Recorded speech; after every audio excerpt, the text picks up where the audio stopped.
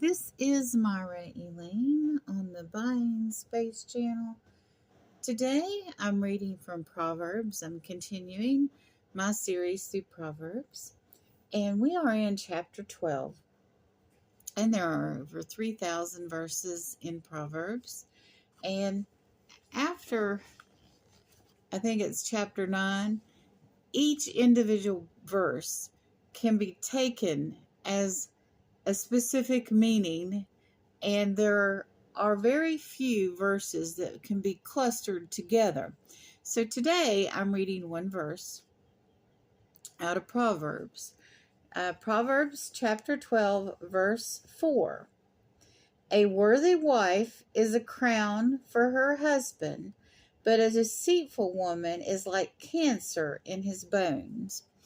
And other versions of the Bible say rot in his bones. So an evil woman can cause you to go rotten from the inside out. And we all know about, or most of us know about, Proverbs 31, where it talks about a worthy woman and her price is far above rubies. Now, Proverbs was written by Solomon. He did take a license with other texts that were already in existence, but he learned those texts and he absorbed them. And Proverbs is him teaching these things to his sons. So he doesn't want his sons being entangled with women that their character is bad. He wants them to marry well and have wives that are valuable and are a crown for her husband. So Solomon a lot of times wrote in Proverbs and said things to his sons that he didn't follow. Now, experience is making mistakes in life and learning from them. And Solomon had lots and lots of experience about women. And I will just say that when I first learned this, which has been some time ago, but Solomon had 1,000 women. 1,000. Yeah. How did the man walk? But he had 700 wives and 300 concubines. And all of that led to the division and downfall of Israel as a nation. I'm going to go to 1 Kings chapter 11. Solomon's many wives. Now King Solomon loved many foreign women. Besides Pharaoh's daughter, he married women from Moab, Ammon, Edom, Sidon, and from among the Hittites. And the Lord had clearly instructed the people of Israel, you must not marry them because they will turn your hearts to their gods. Yet Solomon insisted on loving them anyway. He had 700 wives of royal birth and 3,000 concubines. In fact, they did turn his heart away from the Lord. So, like where it says, and it is in this part of a sentence talks about how he married Pharaoh's daughter. Now, he was a king. And even back then, maybe especially then, marriages between kingdoms was like a treaty. So he had a treaty with Pharaoh. But who knows what deity Pharaoh's daughter worshipped? And, when you're married, your heart, and I don't know how many divisions Solomon's heart had, but when he's with Pharaoh's daughter and he's loving her and he's, they're spending time together and she's telling him what she needs. She might have needed a temple to worship her deity. And as her husband, he probably didn't deny it. But also we have Moabites. Now, I just read Ruth, and I had said that the Moabites worshipped Molech. That was incorrect. They worshipped Chemosh. And Chemosh was a god of war and destruction that also required human sacrifice. So the only thing I said wrong in the reading was I said Molech instead of Chemosh. Now the Ammonites were also, the Moabites and Ammonites were closely related because they were both nations that were born out of the daughters of Lot. Now, Lot was Abraham's nephew, and his wife was destroyed as they left Sodom and Gomorrah. She looked back and she turned into a pillar of salt. She was instructed on not to look back, which is very good advice in life. But she looked back. And so Lot and his two daughters ended up living in a cave. Everyone considered them cursed. And his daughters got him drunk and had sex with him. And that's how these two nations were born, out of incest. But the Moabites ended up worshiping Chemosh, and the Ammonites worshiping Malach.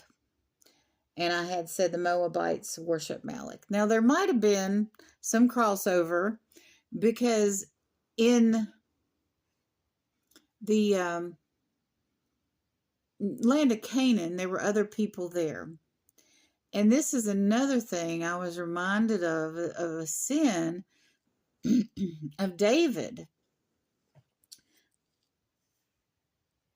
Let's see, Sidon. Oh, the Hittites are mentioned here. The Hittites had also lived in Canaan, besides living in Asia Minor, which is Turkey.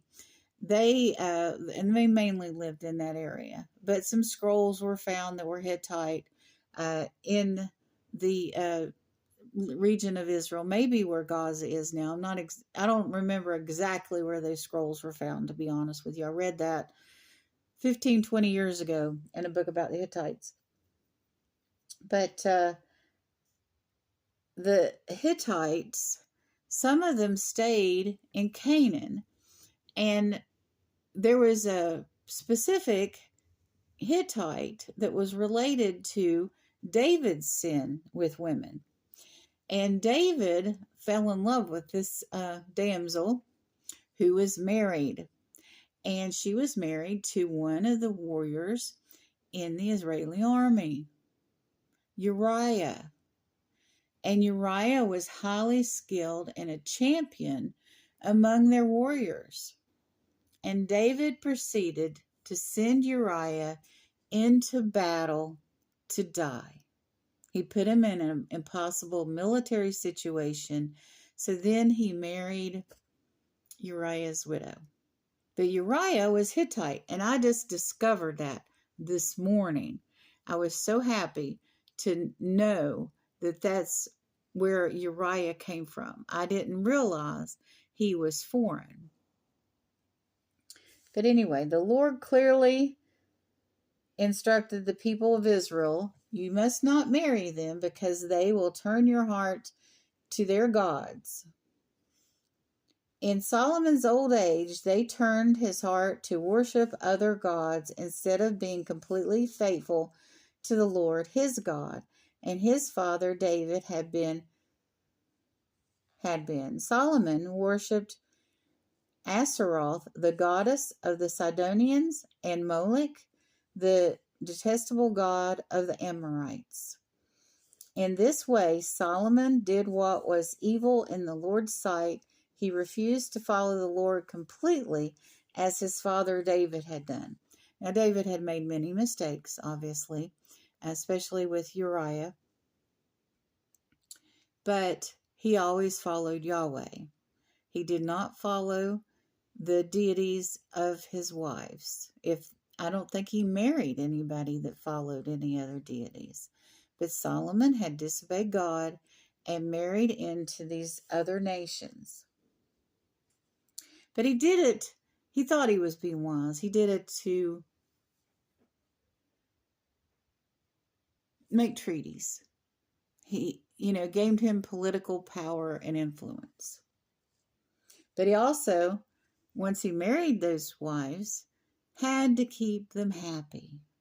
Because then they would run to their nation daddy or their daddy, which was in one case was Pharaoh, and said, "Oh, I'm not happy. I don't have a temple. I can't worship, whatever Egyptian deity she worshipped."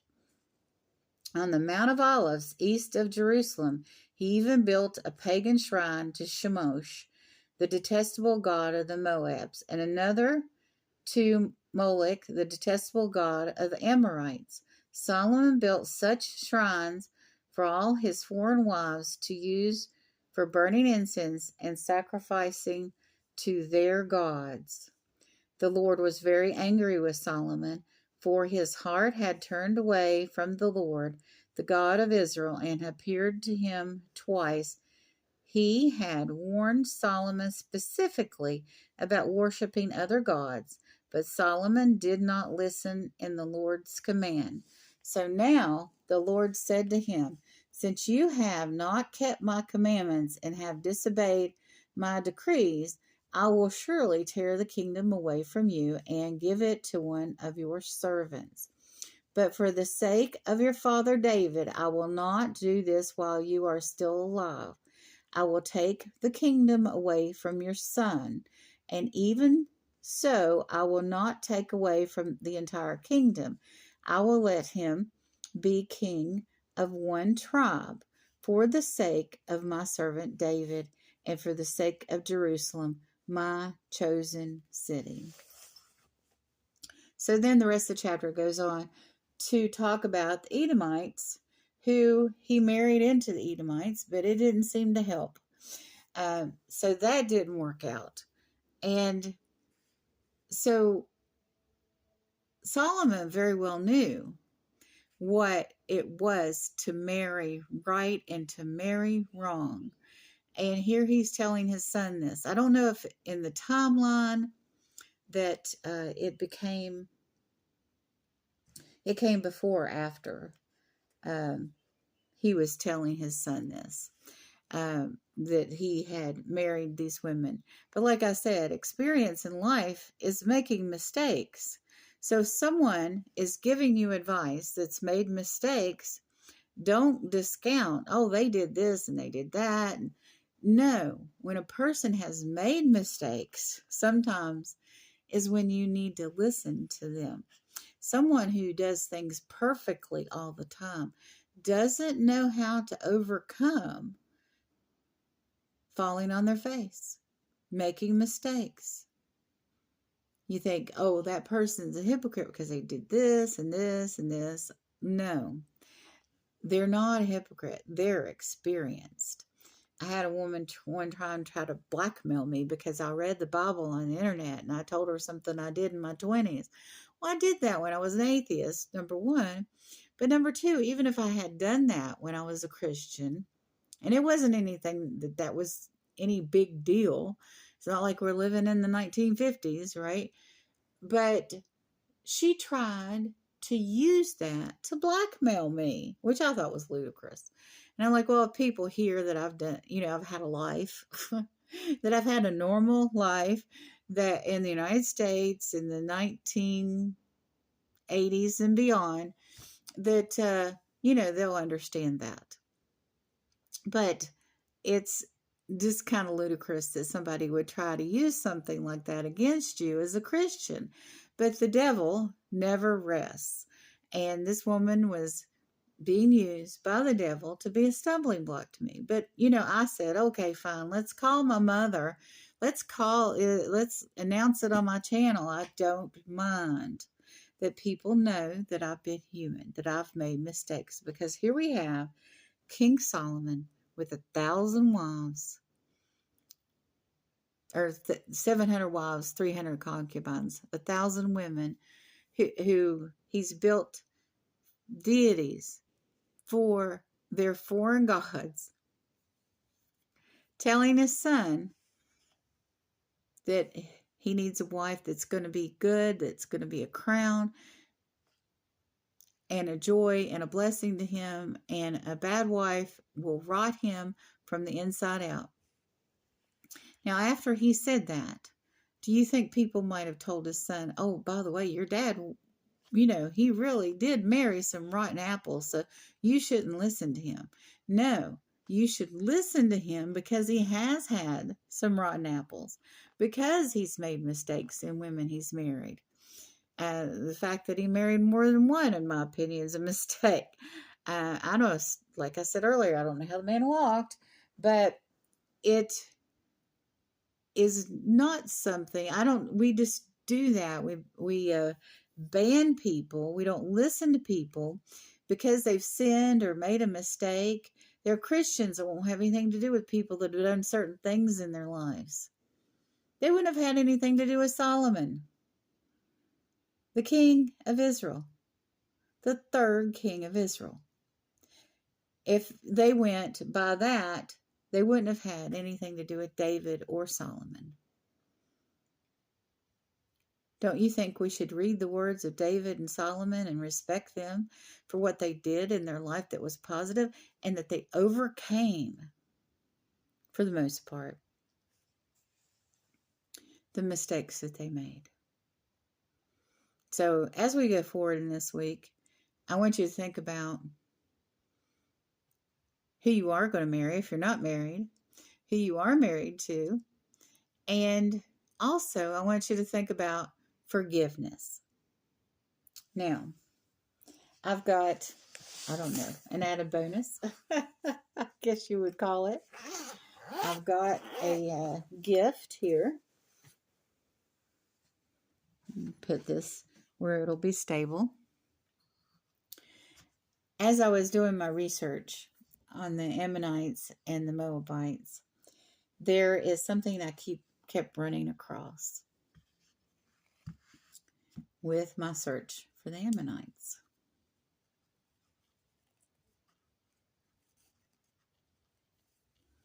Now, this is Ammonite.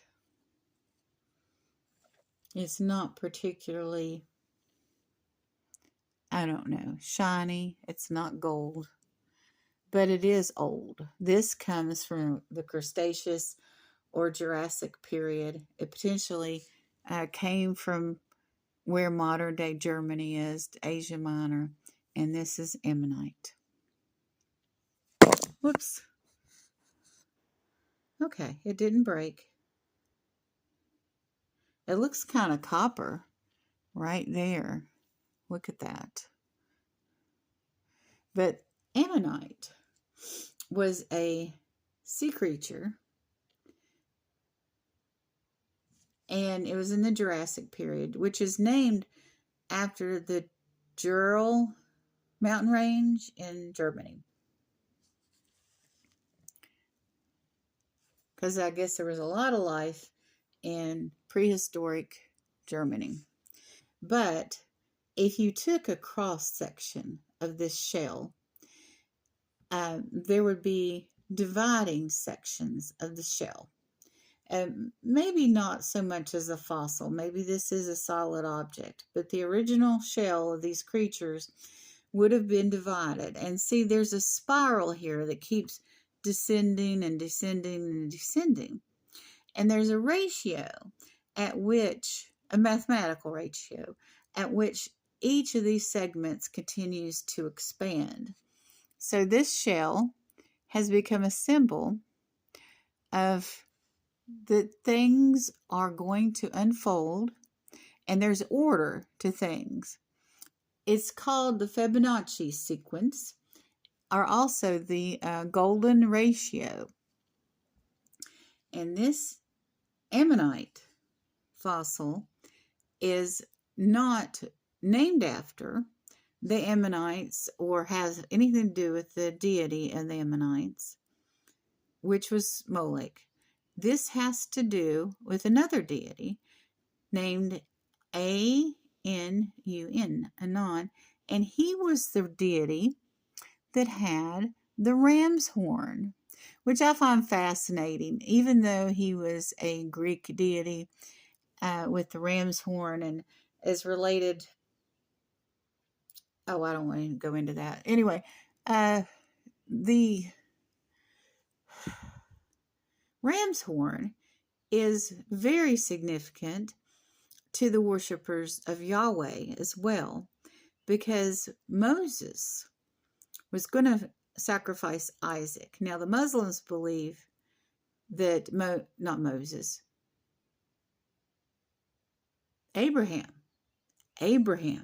the father of all these nations, was going to sacrifice his only son, not his only son, his chosen son, Isaac. Now, the Muslims believe that he was going to sacrifice Ishmael, which is the father of the Arab nations.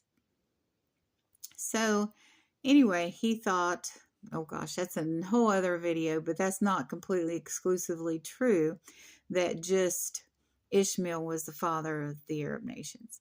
But that's a completely separate video. Matter of fact, I've talked about that before. But anyway, a ram was caught in a bush right after Abraham was told not to sacrifice his son. And so he went and took the ram and sacrificed the ram instead of his son.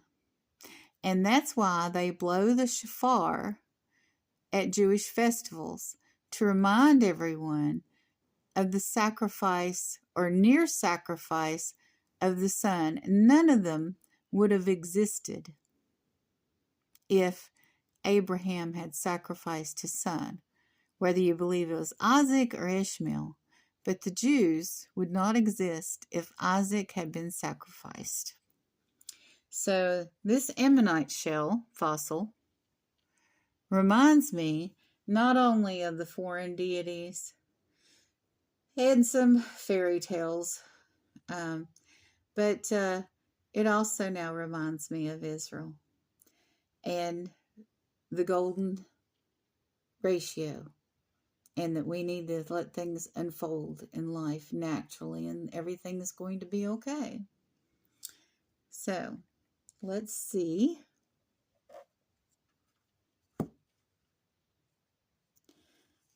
Marty?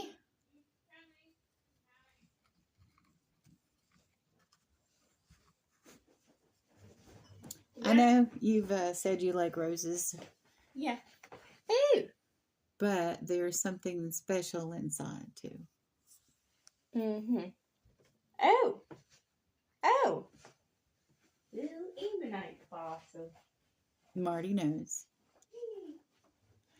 But anyway, like I said before, go forth knowing that everything's going to be okay. Go forth knowing that you should show forgiveness and understanding and listen to those that have made mistakes so you don't make the same mistakes. That's why people that have made mistakes want to share them. And you will have a wonderful and blessed day.